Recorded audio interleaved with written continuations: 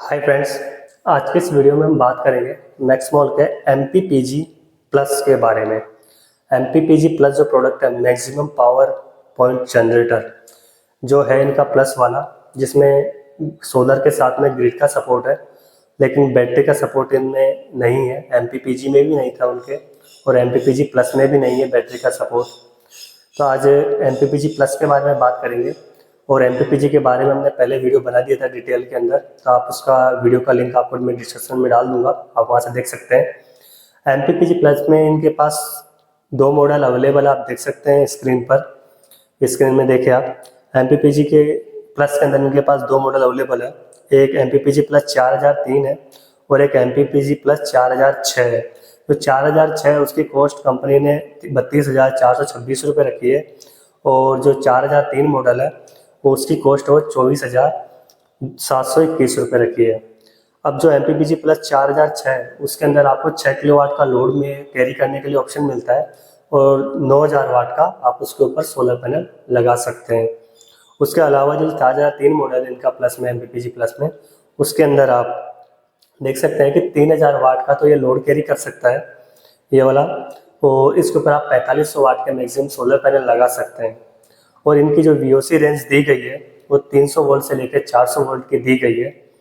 और जो AC में हमें जो आउटपुट मिलेगा इससे 220 वोल्ट से लेकर 230 वोल्ट का मिलेगा। अब दोस्तों मेन बात यह है कि जो MPPG प्लस है इसके अंदर ग्रिड का तो सपोर्ट है, लेकिन बैटरी का सपोर्ट नहीं है। सिर्फ ग्रिड प्लस सोलर का सपोर्ट है, और इसमें बैटरी का सपोर्ट नहीं है। तो कंपनी पहले क्लेरिफाई नहीं था कि ये किस प्रकार का वर्किंग करेगा, पर लेकिन अब कंपनी ने क्लेरिफाई कर दिया है कि किससे वर्किंग करेगी इसकी। तो मैं आपके साथ डिटेल शेयर करता हूँ कि थोड़ी सी यहाँ कैसे वर्किंग करेगा। तो उससे पहले अगर आपको वीडियो इन्फॉर्मेटिव लगे तो चैनल को सब्सक्राइब करें, वीडियो को शेयर करें, लाइक करें। शुरू करते हैं वीडियो को। तो इसमें बेसिकली ये होता क्या है कि आप सोलर की इसके ऊपर 300 वोल्ट से लेकर 400 वोल्ट की VOC में लगा सकते हैं। कहने का मतलब अगर 575 वोल्ट के जो मैक्सिमम आज की डेट में टॉपकॉन जो सोलर पैनल आ रहे हैं उनकी बात करें तो 50 वोल्ट की उनकी VOC रहती है।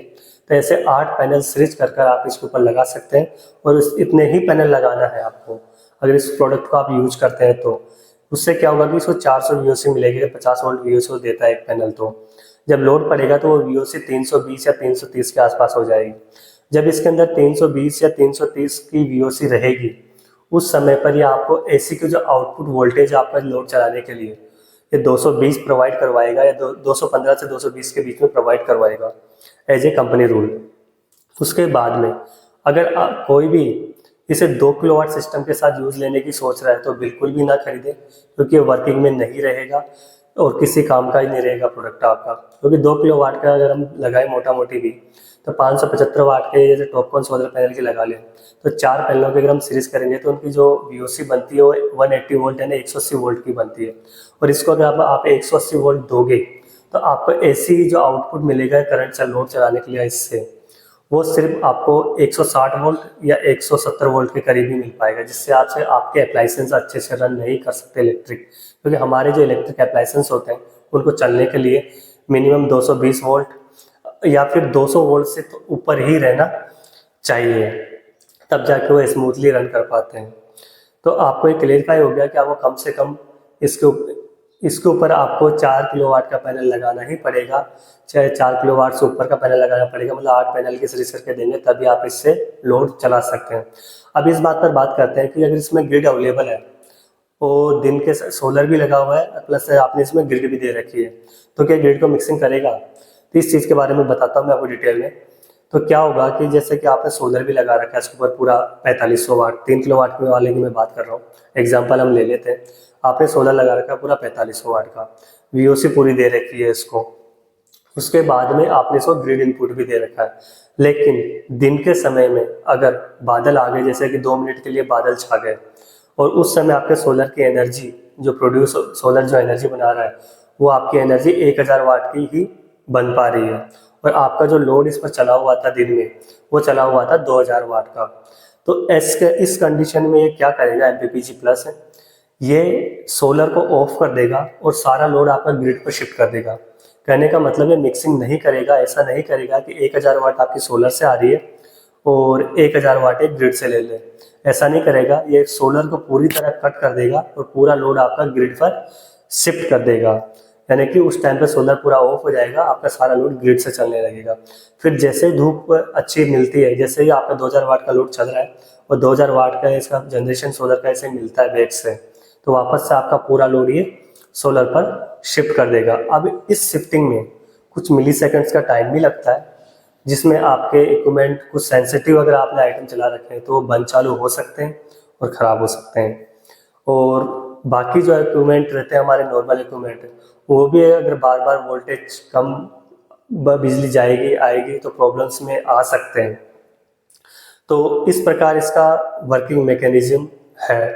ये ग्रिड को मिक्सिंग नहीं करता है, यही बात मैं आपको इस वीडियो में समझाने की कोशिश कर रहा हूँ। ग्रिड को मिक्सिंग नहीं करता है और कम पैनल लगाने वाले 2 किलोवाट 2.5 किलोवाट पैनल लगाने वाले भी इस प्रोडक्ट का यूज़ नहीं कर सकते। अब मेन बात यह है कि हम हमारे घरों के अंदर इस प्रोडक्ट को यूज कर सकते हैं क्या? तो मेरे ख्याल से इस प्रोडक्ट का यूज हमारे घरों के अंदर तो मुश्किल है थोड़ा सा करना, क्योंकि मैं समझाता हूँ आपको थोड़ा सा क्यों मुश्किल है। क्योंकि हमारे इंडिया में क्या है कि 12 महीने में से 4 महीने तो चलो हमने गर्मियों के रहते हैं हमारे, तो उनमें हमने माना कि 45 वाट से हमें 3000 वाट या उससे प्लस एनर्जी कंटिन्यूसली मिल जाएगी। लेकिन बाकी के 8 महीने, 4 महीने सर्दी के और 4 महीने हमारे बरसात के, इन 8 महीनों में हमारे सोलर पावर का जो जनरेशन होता है वो बहुत ज़्यादा फ्लक्चुएशन में रहता है। कभी बहुत कम लो हो जाता है, कभी बहुत हाई हो जाता है, इस प्रकार से वर्किंग में रहता है। अगर इनमें बात करें, जैसे कि बारिश के टाइम में बात करें, जैसे कि बादल छा गए, आपका लोड चल रहा है 2000 वाट का, तो सोलर पैनल की 1000 वाट की वही आ गई जनरेशन, तो आपका लोड एक ग्रिड पर शिफ्ट कर देगा। और लेकिन बाय द वे आपका ग्रिड उस टाइम पे कटा हुआ है, जब बादल छा रहा है उस टाइम पे कटा हुआ है, तो आपका लोड पूरा का पूरा बंद हो जाएगा और सबका सब शट डाउन हो जाएगा। फिर जब इसे सफिशिएंट एनर्जी मिलेगी तब जाकर वापस आपका पूरा लोड चल पाएगा। इससे एप्लायंसेस को ख़राब होने के चांस बढ़ सकते हैं, क्योंकि बारिश के दिनों में बादलों का आना जाना बहुत मैक्सिमम टाइम रहता है, दिन भर में बहुत मिनटों मिनटों में आते हैं जाते रहते हैं बादल, तो ऐसी सिचुएशन बन जाती है। और दूसरी बात कि जब हम इसे ग्रिड पर ये पूरी तरह शिफ्ट हो जाता है, सोलर को करते हैं, और अगर आप पूरे टाइम पर ये ध्यान नहीं रख सकते कि आपका लोड चला हुआ है रेगुलरली, क्योंकि घरों में कांस्टेंट लोड चलता है। क्योंकि किसी ने एसी ऑन कर दिया, हम एग्जांपल लेते हैं, किसी ने 1.5 टन का एसी ऑन कर दिया, तो उसकी जो पावर रहती है वो 1000 से लेके 1500 वोल्ट तक की पावर रहती है। वो कंटिन्यूसली इतनी पावर लेगा, जब अपने डिग्री टच अगर अचीव कर लेता है उसके बाद वो अपनी पावर कंजप्शन कम कर पाता है। लेकिन उससे पहले अगर ऐसे फ्लक्चुएशंस आते हैं तो आपका एसी बार बार ट्रिप हो जाएगा। कहने का मतलब एसी नहीं, मैंने एग्जांपल लिया था, कोई भी इक्विपमेंट हो आपका बार बार बंद होगा चालू होगा। तो घरों के अंदर एक लीनियर कांस्टेंट करंट की ज़रूरत होती है, और इसमें बैटरी का सपोर्ट है नहीं, इसलिए इसमें हमको एक कांस्टेंट नहीं मिल सकती एनर्जी, क्योंकि सोलर पैनल कांस्टेंट एनर्जी देते नहीं है और ये बार बार मूविंग कर रहा है ग्रिड और सोलर पे।